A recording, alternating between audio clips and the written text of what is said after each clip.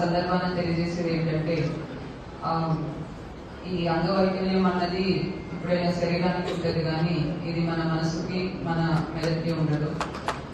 కాబట్టి మనము దృఢంగా ఒక ఆశయాన్ని మనం నిర్ణయించుకొని దాని వైపు మనము అడుగులేస్తే తప్పకుండా మీరు అనుకున్న విజయాన్ని మీరు సాధిస్తారు. దీనికి ఒక ఎగ్జాంపుల్ నేను చెప్పాలనుకుంటున్నాను. నాది 2016 బ్యాచ్ ఆఫ్ ఐఏఎస్. సో మా బ్యాచ్ లో మొత్తం 180 మంది ఐఏఎస్ ఆఫీసర్లు ఉన్నారు. దాంట్లో ఒకరు అజయ్ అరోరా అని ఉన్నారు. వారు కంప్లీట్లీ బ్లైండ్ పర్సన్. సో వారికి రాజస్థాన్ క్యాడర్ రావడం జరిగింది. రాజస్థాన్ క్యాడర్ లో ఐఏఎస్ ఆఫీసర్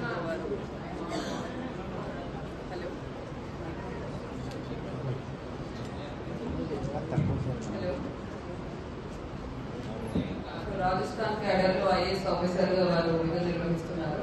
సో నాతో పాటు మసూరిలో మాకు ట్రైనింగ్ జరుగుతుంది, లబాస్మాన్ అకాడమీలో. సో అక్కడ వారు ట్రైనింగ్ మాతో పాటు చేశారు.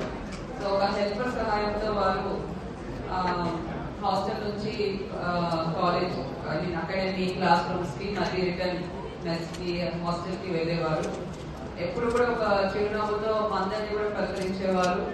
ఆయన చూస్తే అసలు అంగవైకల్యం ఉన్నదాన్ని కూడా ఎవరికి కూడా అనిపించకుండా అంత డిటర్మినేషన్ తో అంత కాన్ఫిడెంట్ గా ఉండేవారు. సో వారిని చూస్తే అనిపించింది వారు మనందరికీ కూడా ఎంతో స్ఫూర్తి. అండ్ అందరూ దివ్యాంగులు కూడా అటువంటి వారి యొక్క జీవితం నుంచి స్ఫూర్తి తీసుకొని మీ అందరు కూడా ఒక మంచి ఆశయం పెట్టుకొని అందరూ కూడా జీవితంలో మంచిగా సెటిల్ అవ్వాలని నేను కోరుకుంటున్నాను. ఎటువంటి సహాయం కావాలన్నా జిల్లా యంత్రాంగం తరఫున మేము ఉంటాము కాబట్టి మా దృష్టికి తీసుకురండి. అండ్ మరొకసారి ఈ అంతర్జాతీయ దివ్యాంగుల దినోత్సవం సందర్భంగా అందరికీ కూడా శుభాకాంక్షలు తెలియజేస్తూ